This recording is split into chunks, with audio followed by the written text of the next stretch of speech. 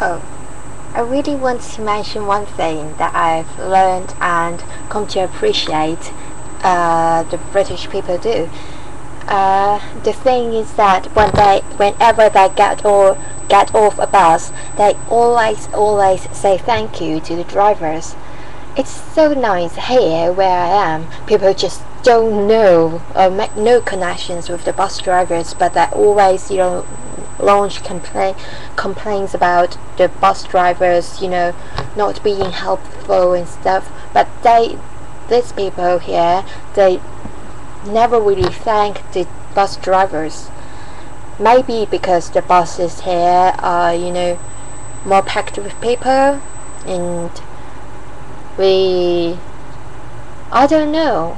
I just think it is, and perhaps because we've got two entrances on the bus. We've got two parts of the doors, so people just come in, will see the driver, but when they, take off the bus, they don't see the need to walk past the driver. Anyway, but it's such a good thing, and it's such a polite thing, to thank those people who make the service possible for you. And it's also so great that, your life is filled with more connections to people, even bus drivers. It can be so one person thing, commute to work or commute to a place whatsoever, just all by yourself, got on the bus and go off and read your book, do your telephone talk or whatsoever. But it's so nice to add a little bit of, interpersonal, whatever how you call it, communications or connections in there, just by saying thank you, expressing your gratitude to the drivers. I think the British people are so polite in this way. I really appreciate it, because I never thought that would happen, because it never happened in my country anyway. Yeah. And okay, so I forgot to mention, I saw so many ladies in Britain. Perhaps it was December and winter, really cold, but in the washrooms, I'm sorry if I reveal your secrets, more than half of them do not wash their hands. It's true.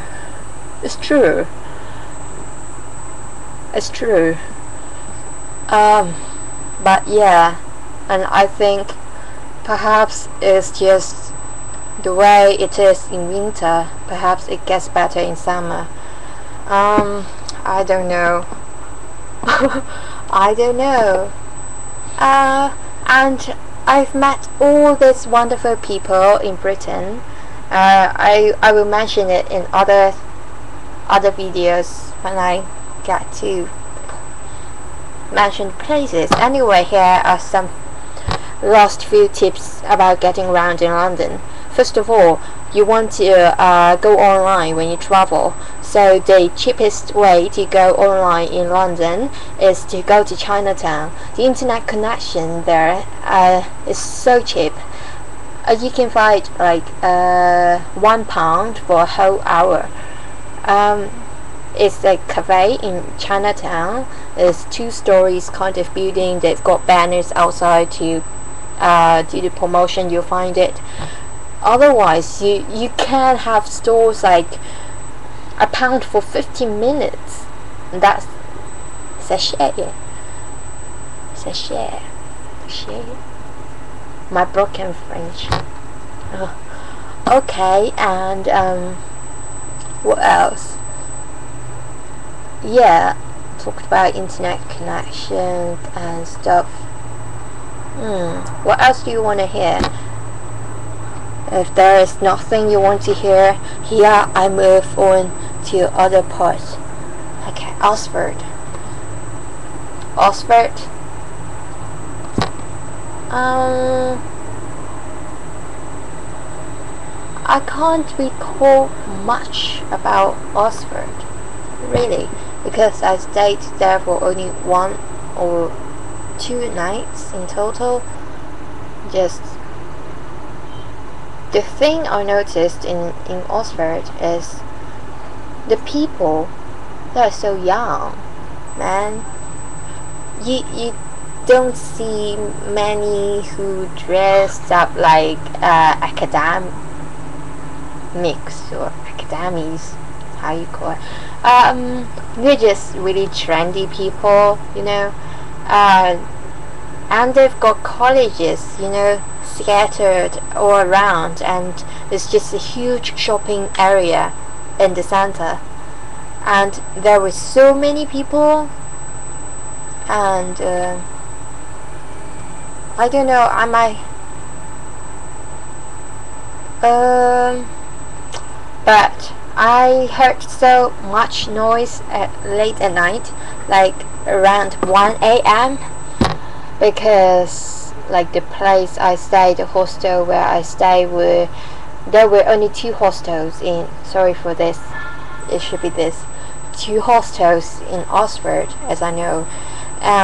They were located close to the bars, and well, it was so noisy at night, and all those people, they were crazy, you know, yelling and stuff on the streets late at night. I don't know which day of the week it was, but I really came to appreciate the courage of British women. It was freaking cold. It was freaking cold, but they were wearing summer vests and short skirts without this or anything like this. Just short skirts and summer vests, and they went out and they were talking so happily, and I don't know how they managed to do it. And at night, if you went outside, they've got a little, you know, store or a little van selling hot dogs. So I see that nightlife in Oxford is pretty how do you say it? You know what I mean. My vocab is so limited. And I spent quite a long time in the KFC in Oxford, because I could only afford eating KFC in Oxford. Yeah, I'm cheap. What? And there was a guy from Africa working as a KFC staff there. We talked about each. He just saw me writing my journal there, enjoying the music of KFC. You know, I needed a place to stay, and we talked to each other. You know, he was really interested in where I'm from, and he thought all Asians, you know, are connected to Jackie Chan, the kung fu movie star. And I told him like, no, I don't like Jackie Chan, but I know what you're talking about and stuff.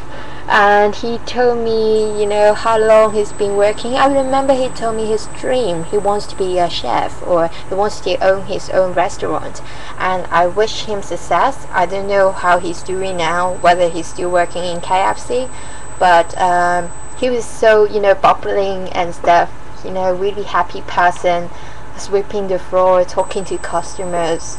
He was quite lonely, I think, because there was just me who would talk to him. He seemed very excited that he found somebody to talk to. I just wish him success. I remember he was a student as well. So, yep, that was about Oxford. And next, on to the city I really like, Cambridge. So, bye.